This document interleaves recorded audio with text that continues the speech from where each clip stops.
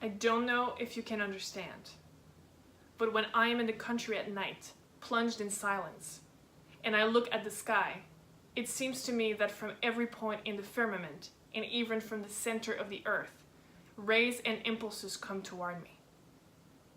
Each of these impulses carries a different thread of music, and all the infinity of musical lines cross and intersect each other without ever losing their individual clarity and distinctness.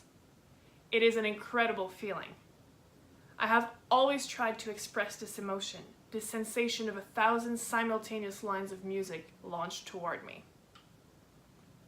This is probably my favorite quote by Darius Milhaud, and I think it explains his music and him so well.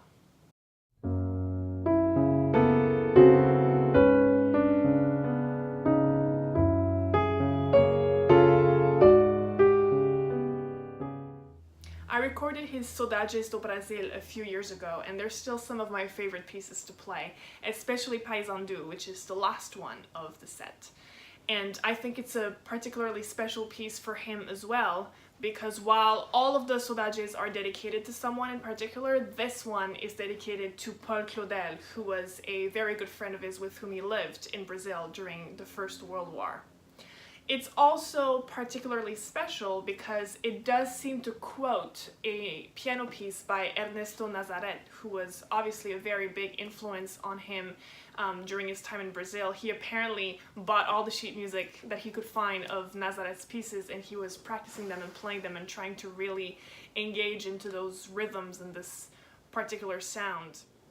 The Saudades do Brasil are a collection of 12 pieces, and each of them are titled after a particular place or location, street name in Rio. And the thing that is obviously the most characteristic about them is the whole polytonality or bitonality aspect, in which you have two hands on the piano that are seemingly playing in different keys, completely different keys most of the time, and that permeates the entire set. A very obvious example would be the beginning of Botafogo, which is the second piece of the set. And in this piece you have a top melody in your right hand that is clearly outlining F sharp minor, while your left hand and that middle melody that is shared between both hands is outlining F minor.